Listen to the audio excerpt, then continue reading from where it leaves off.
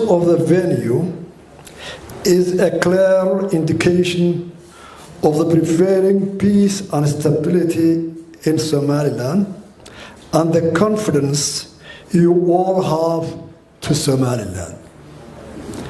Thank you all, and I am looking forward to a very productive and valuable outcome from the workshop. Our journey to statehood. Somaliland's journey to statehood was an arduous process. The determination of our people to establish their own state was so overpowering,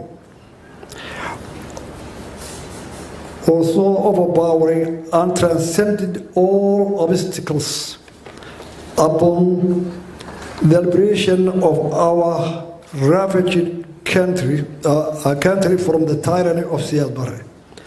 We inherited a war-ravaged country in which tens of thousands of our people had been killed, many thousands injured, and the main cities of our country, like Hargeisa, Burgo, Gabile, almost entirely has been destroyed. To fully grasp the terrors and the horrors visited about our cities, just imagine and fully look today at what's happening on Mariupol and other cities in Ukraine. Despite the infrastructure has been destroyed and Somaliland's territory extensively have been mined, millions of internally and externally displaced people were starting to return home and they needed support. During the struggle against the regime, Saab, the dictator, deliberately exploited clan divisions in an effort to retain his power. There were, therefore, parties of Somaliland regions that did not support the SNM during the struggle against that regime. The people in these regions were naturally worried. Trust and confidence building was essential and held the key to get a lasting peace. So we prioritized reconciliation and peace building. Therefore, the SNM tasked the traditional leaders and elders with the responsibility to heal the rift among the Somaliland communities, who was on the opposite side of the struggle against that regime. This strategy was pursued with vigor and established the foundation upon which the peace and stability of Somaliland stands up to today. In the early days, the SNM held a series of localized peace conferences that paved the way for national meetings. In Berbera, in February 1991, that conference turned to set the scene for a larger national conference to be held in Bordeaux in April and May 1991. These series of localized meetings were instrumental in trust building, reconciliation, and cemented peace among the people of Somaliland. It is often accepted that Somaliland has succeeded in terms of reconciliation and state building largely due to the sustained focus on resolving issues of community level before attempting to tackle issues at a national level. Communities were allowed to resolve immediate disputes and agree terms of the future discussions before moving to tackle issues on regional and then to national levels. Somaliland's reconciliation peace-building process was largely homegrown, locally financed, and organized as a result of initiatives taken by a diverse range of actors with broad support from the grassroots. At the Burma Grand Conference, all Somaliland clans, their traditional leaders, politicians, intellectuals, and businessmen participated on a voluntary basis. The funding came primarily from the Somaliland communities and diaspora, with women playing a fundamental role in fundraising. The most consequential decision reached by the Burma Conference was the restoration of Somaliland independence. The other important resolutions made by the conference included mandating given to SNM to form a government to run the country for 2 years, with its chairman, Abdurrahman Ahmed Ali, as the president, and vice chairman, Hassan Isa Jama, as vice president. The Central Committee of the SNM became the national parliament, with 10 reserved seats allocated to the Outer and Soul region. The democratic culture of SNM, even before the liberation of the country, played an important role in its acceptance to run the country only for 2 years. During the time of Liberation Front, SNM had elected 5 chairmen, with each one succeeding his predecessor in a peaceful transfer of power. It had its executive committee, which acted as a government, and a central committee acting as a parliament. It had a singular chain of command, even though its arms were located in various parts of the country and were supported logistically and financially by different communities. Immediately upon becoming the government, the SNM government found itself in a dire financial situation. The communities that provided support to the Liberation Front during the struggle now needed support from the government. There was a constant tension as the government was unable to provide the basic services such as the salary of the troops. Subsequently, when the division within the SNM flared into conflict, as happened in 1991 and 94, the system of customary leadership kicked in and enabled the elders to apply traditional conflict resolution procedures. The actual process of state building in Somaliland started with the Boroma Conference. The Boroma Conference was very different from that which was held in Boroma.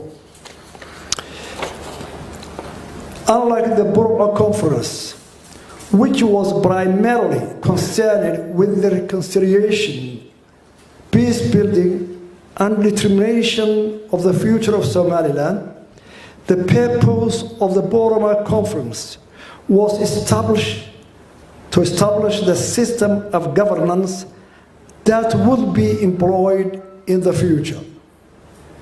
The Boroma Conference lasted more than 5 months, which allowed the stakeholders to debate a wide range of topics of national level concerning to address the stakeholders' future government and their administration, how it will look future. Boroma Conference achieved a great deal, including making the transition from the military government to a civilian one. The conference showcased the Somaliland negotiation model, which tends to work on the basis of consensus, is the best foundation of decision-making. The major achievements of that conference were included Somaliland Community Security and Peace Charter, the National Charter, a system of government. After studying and debating different systems of government, the conference finally agreed on an executive president and bicameral parliament of equal members, 75 seats at that time. The formation of the government, the SNM handed power over the Gurti to enable the election of the president and the vice president. The formation of the government with Muhammad Haji Ibrahim Igal as a president and Abdurrahman or Ali Farah as vice president. The institutionalization of the Gurti as a national political body with a role initiating peace building and mediation. The disarmament and demobilization of the SNM fighters and clan militias. In that conference, both the SNM fighters and clan militias were given an equal rights. Boroma Conference marked an enormous step in the establishment of the government that has persisted up to date.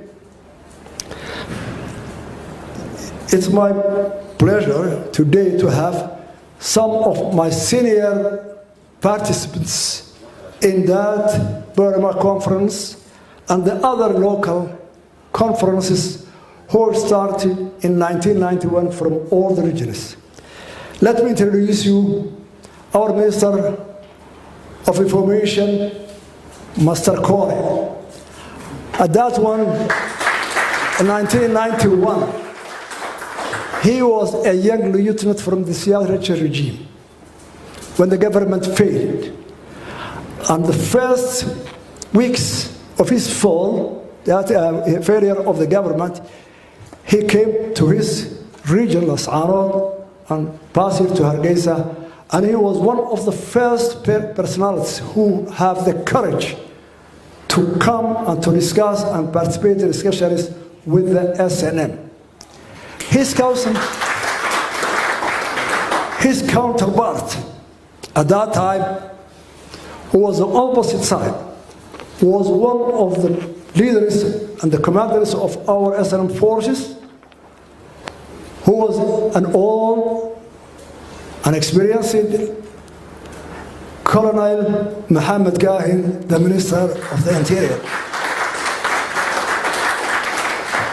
They were the first personalities who were sitting together on opposite sides at that time. The other person I'm introducing you is Muhammad Abdullahi Mohammed Duale, our ex-foreign minister. He was an SNM veteran, and at that time, he is also from the eastern regions, and he was the intellectuals who at that time were leading that meetings in the far remote villages. Conference between Kore and Commander Kai. It's my pleasure to introduce to you today our very experienced journalist who was only maybe our few journalists who were in the combat zone, a veteran of SNM, and the president of the Veteran Association in 1991 at that time, who was one of the main tools and organizations who were going to mediate between the SNM and the other militias, and the leader is Master Yusuf Abdi Gaboube, who is still here today. It's my pleasure to have all my colleagues at that time. At that time, I was the Minister of Interior, and all of them were helping me, and they were facilitators to make all these decisions. They were the people who were all the time advising with the Gurti and harmonizing the cultural and the customary law and the government, institutions of the government. The system of Somaliland government has since evolved from clans-based system to one of the multi-party democracy in a new constitution which was approved by referendum on May 31, 2001 by 97.1% of our population. Somaliland has had 5 presidents since 1991. Each one of them elected on a peaceful basis. The last 3 were elected in a transparent, peaceful, one person, one vote, democratic elections. All the power has been transferred in a peaceful condition. In addition to a peaceful process of the presidential elections, successful elections have also been held for local governments. December 2002, November 2012, and May 2021. And the lower house of the parliament, September 2005 and May 2021. Ladies and gentlemen, peace and functioning state institutions has opened up to the space for economic development and growth. As a nation of entrepreneurs, the private sector quickly flourished. Today, the private sector constitutes almost 90% of our GDP. It is the intention of the government to nurture and to facilitate the growth of our private sector, which is the main engine of our economic growth. I would like to highlight the following as the major lessons we learned from our journey to statehood. Peace is the foundation upon which state building and economic development are anchored. Homegrown peace and national reconciliation at the grassroots level is more sustainable than internationally driven imposed peace. SNM policy of non-recrimination against the non-SNM communities enabled meaningful dialogue between the adversaries, in which communities have supported the Barre regime, were able to play a genuine part in negotiating the terms of peace and the future of a government.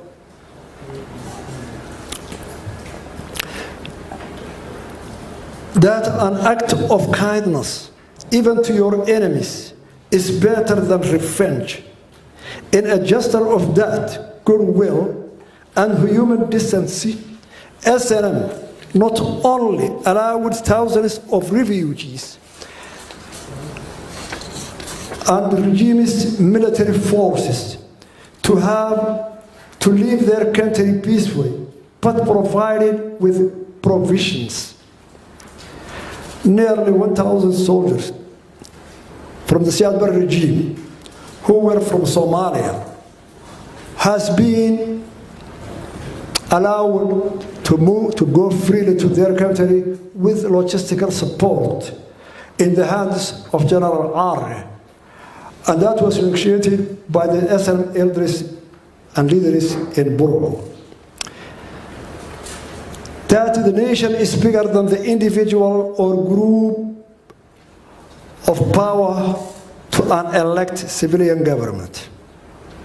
SNM was only the National Liberation Front in Africa that voluntarily handed over power to the civilian administration peacefully and willingly.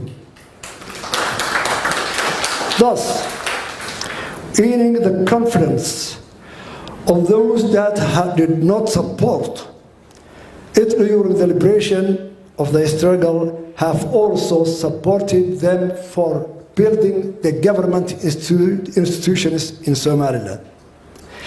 A resilient and determined people can overcome an enormous challenge.